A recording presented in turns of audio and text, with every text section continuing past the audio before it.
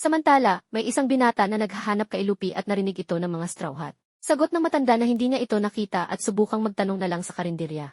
Kaya pinagtakahan ng Straw Hat kung sino ang binata. Pero may hinala si Zoro na isa itong pirata dahil sa marka sa likod. Dumating na rin sila Tashigi at Captain Smoker sa Alabasta. Kaya nagtago ang Straw Hat nang makita ang mga Marines. Pagod na pagod nang naglalakad si Lupi nang matanaw nito ang lungsod at dali-daling tumakbo papunta rito. Samantala, nagkagulo ang mga tao sa karinderya dahil inakalang namatay ang binata. Nang biglang bumangon ito at nagulat ang mga tao dahil muling nabuhay ang patay. Nagpunas ito ng muka at humingi ng tawad sa nangyari dahil nakatulog ito.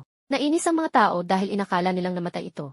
Pinuntahan ni Smoker ang karinderya na pinagkakaguluhan ng mga tao. Nagtanong ang binata sa tindero kung nakita ba nito si Lupi. Nang dumating si Smoker at kinumpronta ang binata na commander ng Whitebird Pirates. Napag-alaman na ito pala ay si Portugas de Ace kaya kinabahan ang mga tao. Sabi ni Ace na hinahanap lang niya ang kanyang nakababatang kapatid. Samantala, tumatakbo si Lupi sa lungsod at inaamoy ang direksyon ng pagkain. Kaya nakita nito ang karinderya na kung nasaan si Ace at Smoker.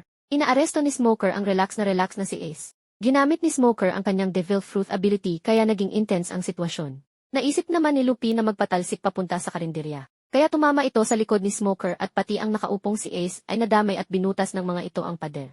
Habang ang ating bida ay nagdiriwang dahil makakakain na siya. Umorder si Lupi at parang patay gutom na kumakain. Tanong ng tindero kung may ideya ba si Lupi kung sino ang mga pinatalsik nito. Pero wala naman ideya ang ating bida sa kanyang nagawa, kaya pinakita ng tindero ang butas ng mga pader. Bumangon si Ace at pati na rin si Smoker. Bumalik na ang dalawa nang makita nila si Lupi na bising kumakain. Hindi pa nakakapagsalita si Ace nang inudgod ito ni Smoker at inunahang puntahan si Strawboy. Inaaresto niya ang ating bida pero loading lang ang isip ni Lupi na kinikilala si Smokey. Habang patuloy sa pagkain ang patay gutom. Nang maalala niya kung sino ito ay napadura ng kinakain. Kaya pansamantalang pinigilan nito si Smoker at hinakot lahat ng pagkain sa mesa. Dali-dali itong nagtatakbo palabas ng karinderya at hinabol ni Smoker. Bumangon na din si Ace at hinabol ang dalawa. Tinawag ni Smoker si Tashigi at pinapapigilan si Strawboy kaya umatake ang dalaga. Pero umiwas ang ating bida at dali-daling umakyat sa gusali at sinundan ito ni Smoker. Malapit nang maabutan ang ating bida, nang bigla itong nawala sa paningin ng Marine Captain. Nahulog pala si Lupi sa gusali at dali-daling bumangon saka nagpatuloy sa pagtakbo. Subalit nakita ito ulit ni Smoker kaya muling hinabol. Nang narinig ng Straw Hat ang mga Marines na may hinahabol na idiot na pirata, kaya na-realize nila na ito ay ang kanilang captain. Sa kasamaang palad nakita sila ni Lupi kaya nadismaya si Zoro dahil may dalang kamalasan ang captain. Pinuntahan ni Lupi ang mga kasama para idamay sa kanyang kamalasan. Nakahabol na si Smoker at pinupuntirya si Lupi kaya lalong nagmadali si Strawboy sa pagtakbo. Biglang dumating si Ace at nakipagsabayan sa atake ni Smokey. Kaya nagsalubong ang apoy at ang usok na kinagulat ni Lupi. Naglaho ang apoy at usok at sinabi ni Ace na walang mangyayari sa kanilang laban. Nagkamustahan ang mag-utol at nagtataka si Lupi sa kapangyarihan ni Ace. Kaya paliwanag ng kanyang kuya na kinain niya ang flame fruit. Saka sila pinatakas ni Ace at siya ang humarap sa mga Marines. At habang tumatakbo ang Straw Hat ay sinabi ni Lupi na utol niya si Ace na kinagulat ng buong grupo. Samantala pinapaalis ni Smokey si Ace pero hindi pumayag ang binata. Naglabas ng malaking bakod ng apoy si Ace at ginamit din ni Smoker ang kanyang Devil Fruit ability. Kaya nagsabayan ng atake ang dalawa at nagkaroon ng apoy laban sa usok na umangat sa ere.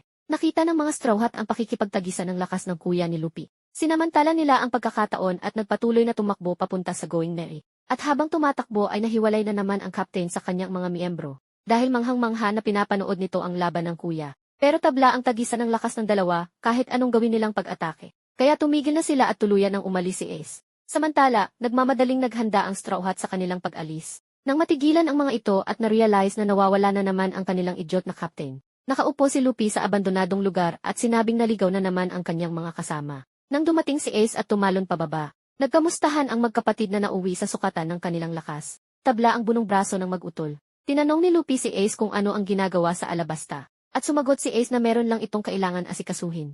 Isa na siyang miyembro ng Whitebird Pirates at sinubukang hingkayatin si Lupi na sumali rito. Pero tulad ng inaasahan ay tinanggihan ito ng ating bida. Sabi ni Ace na tutulungan niyang maging King of the Pirates si Whitebeard. Pero sagot ni Lupi na ayos lang dahil ako pa rin ang magiging King of the Pirates. Subalit habang naglalakad sila ay kinursunada sila ng grupo ng bounty hunters. Inatake sila ng mga ito at balak kunin ang kanilang ulo. Pero wala naman kahirap-hirap na pinapatumba ng dalawang magkapatid ang mga ito. Hanggang tumulong na ang leader at inatake si Lupi ng kanyang espada. Pero pinigilan ni Ace ang espada at pinainit ito kaya napabitaw ang kalaban. Ginamit ni Lupi ang gambang bazooka at pinalipad ang kalaban sa kawalan. Kaya lumakad na ang magkapatid para hanapin ang lokasyon ng Going Merry. Nang makita ni Lupi ay nakuha pa nitong kumaway sa mga kasama. Pinahaba ang kamay at bumawak sa Going Merry at nagpatalsik dito na tumama kay Sanji at Chopper. Nagalit si Sanji kay Luffy dahil sa pagiging clingy nito. Kinwento ni Luffy kung gaano kalakas si Ace na hindi niya pa ito natalo kahit minsan. At sa kanya sinundan ng kayabangan na pero ngayon ay magagawa na niyang matalo ito. Nang biglang sumulpot si Ace sa kanyang likuran at narinig ang kayabangan ng kapatid. Kaya formal na pinakilala ng captain si Ace sa Straw Hat. Nagpasalamat si Ace sa mga ito at humingi ng tawad sa pagiging sakit ng ulo ng kanyang kapatid. Pero tumangi ang Straw Hat na sakit ng ulo ang captain. Kaya pabirong sabi ni Ace na umamin na kayo dahil si Luffy ang pinag-uusapan natin dito. Pahanga ang Straw Hat sa ugali ni Ace na kinumpara pa sa ugali ng kanilang captain.